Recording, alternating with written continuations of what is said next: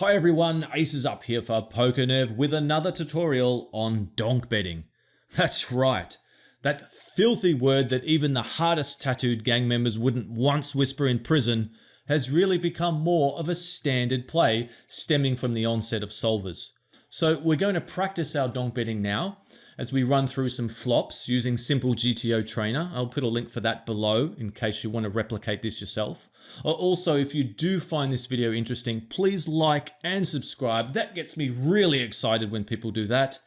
The other thing that gets me excited, donk betting.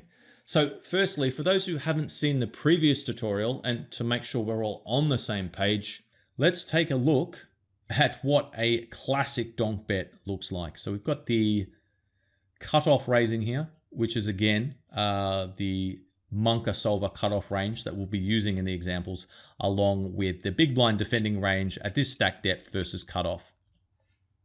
I'll talk more about the ranges in a moment, but you can see here we have called with a 6-7 off, and we flopped top two, and we have gone ahead and just led. Now, in this case, I've gone for a just under half pot size, which is going to be very effective, and a size that I don't mind using. But I also often go with a small size of 1/4 pot and a bigger 2/3 pot size, and have sort of two different pot sizes that I like to use, or work between, I should say. If you put a bigger size into a solver, it's going to use it very rarely. So I think it's okay just to stick to a couple of sizes. Or if you prefer, just go more sort of with that half pot size, which can be pretty effective. But I prefer to sort of go smaller or larger for reasons that will become more obvious as we work further into the lesson. Okay, now just going back to what we discussed about flop texture to make sure everyone is clear. So this is sort of the classic flop of donking, a low connected board that can hit the big blind really hard. And since the in-position player is going to be concerned that this has hit the big blind's range hard, they're going to do a lot of checking back, which incentivizes us to want to put money in the pot ourselves. And we can leverage the fact that we have a lot of nuttier combinations by also then introducing a lot of bluffs into our donking range. However, in this particular instance, we do have a really strong holding of top two pair. And that, of course, is fine to be donk betting with. Let's keep moving and see a few more examples to get a good feel for the sorts of textures and sizings that we want to be going ahead and donking with. So it looks like heads up, but actually it's 9-handed. Now the cutoff has raised with this range here, 34% of hands. The GTO Monka range, and the big blind has defended with the Monka range that looks like this. 55% of hands from the big blind versus the cutoff 2.3x open. We can see here the stacks behind. There's just over 2.5k in the pot. After defending against the cutoff from the big blind with Queen 10 offsuit, how would you play this flop? 8 high and 7 high and the 6 high boards are going to be much better for donking. The 9 high boards a little bit as it gets later around the table was one of the patterns we spoke about, and cutoff is a pretty late position. But here, I think just with the 2 overs, some backdoor straights, it's not really enough to incentivize us to go ahead and put money in the pot. So I'm going to check. And our opponent checks back. A 3 on the turn. I'm going to check again here. What we're really looking to do is play the hand GTO optimally. And I think on this river here, we could fire a bet some percentage of the time. And I'm going to do just that with the queen high. This is one of the worst hands we can have, really. We're going to go ahead and fire here. And we can see that we have played the hand perfectly from a GTO perspective. That's a good start. And the reason we know that is because it says here, overall EV loss is 0. So compared to GTO, we haven't lost any EV. So we've played the hand optimally. If you make mistakes, you lose EV. And you can always click evaluate here and have a look, and you can see that checking is indeed almost, well, basically 100% as a pure strategy on the flop. We want to check it over to our opponent, who's going to check back the majority of the time. They had ace king here. So that's something we spoke about, isn't it? We don't want to be going donk wild here on the 9 high board with just queen 10. We're going to check. And that opponents, though, have to be pretty careful. So we did actually end up winning this hand because our opponent with ace king was pretty careful on the 5-7-9 board, respecting that that is going to hit the big blind range quite hard.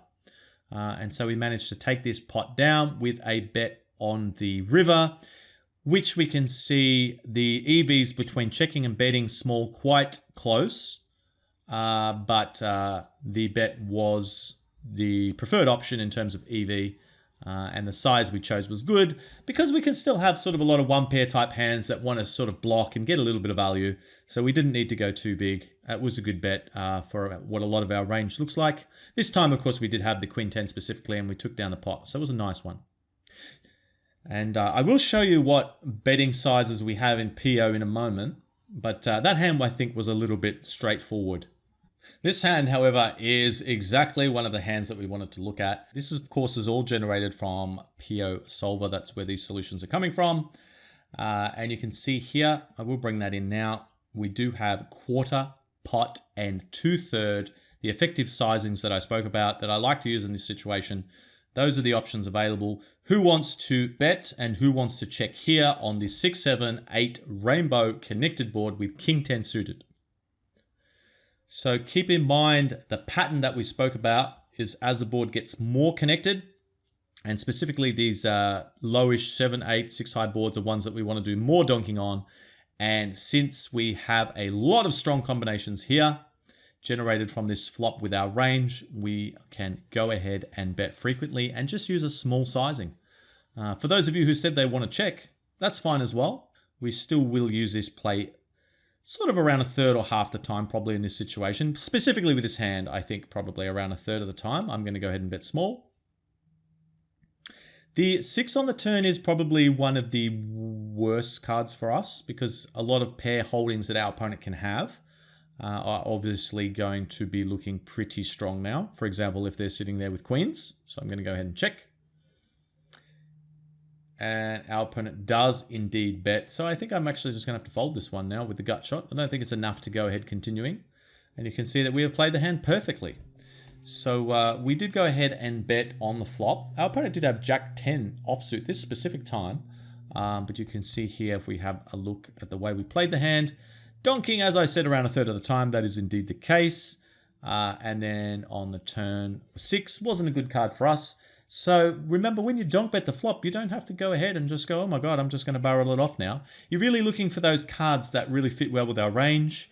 Here, obviously, a 9 would have given us a straight. If it had have come a king or a 10, obviously, they're pretty good cards. A diamond would have been pretty good. I would have been betting some of the time or check raising. A 4 or a 5 as well. They would have been quite good cards where we could start representing some strong holdings that we can have from the big blind that would donk bet and then follow it up again with a bet on the turn. As it was this time, we got the 6, so we just checked, and we only really lost that small sort of quarter pot flop bet.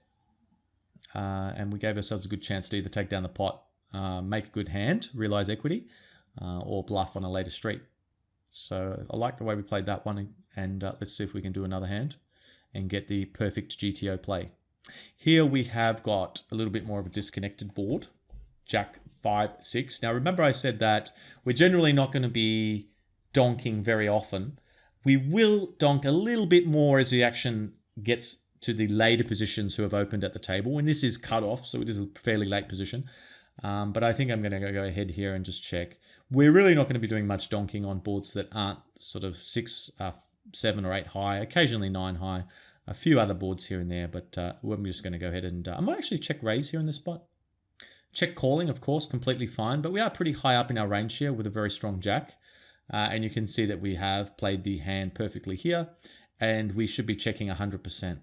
So we're really looking for those very specific boards. Again, a pretty low board, 2, 6, 7. But remember, there's no straights going on here, is there? And therefore, there's very few strong hands that we can really have other than sets and 6, 7. And our opponent will have a huge advantage with their range in this hand, especially since they have all the bigger pairs that we don't have. And therefore, we're going to go ahead and just check.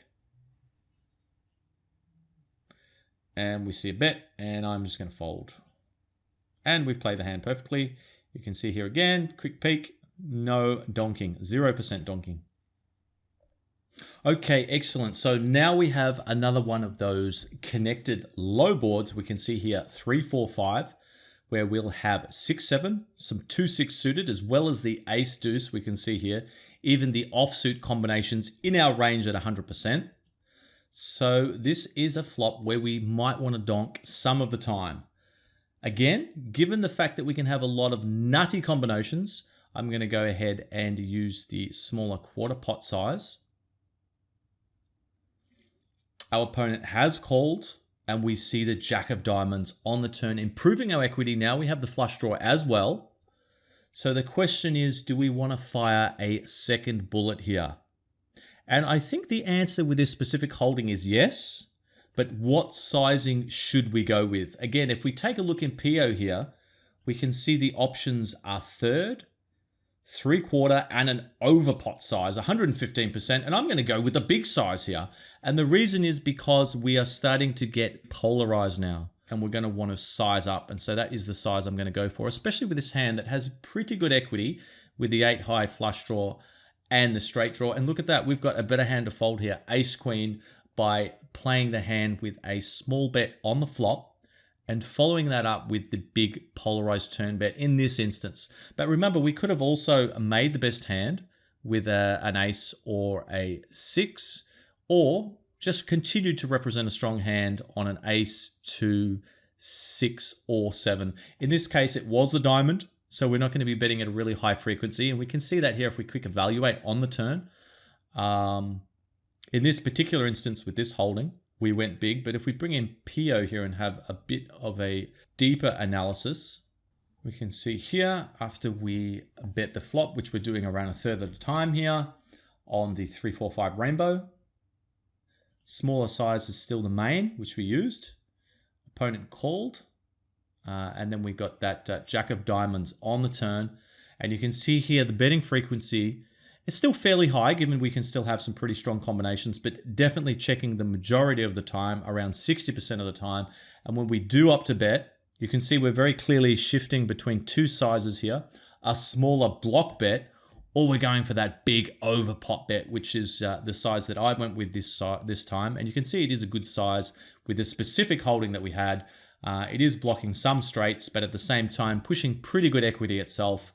And it worked out this time. You can see some 6x as well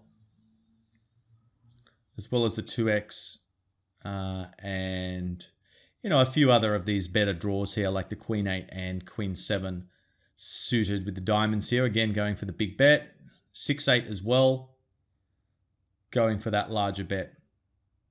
And I think that's very effective on this texture against this type of range here from cutoff, which is still fairly uncapped since our opponent won't always be raising their overpairs on the flop or some of their other stronger holdings. So we are going to make a fairly polarized bet here on the turn most often. And it was a really effective play and it worked out. Want to take your game to the next level? Make sure you check out our MTT poker course. And please like and subscribe for more content. Thanks for watching.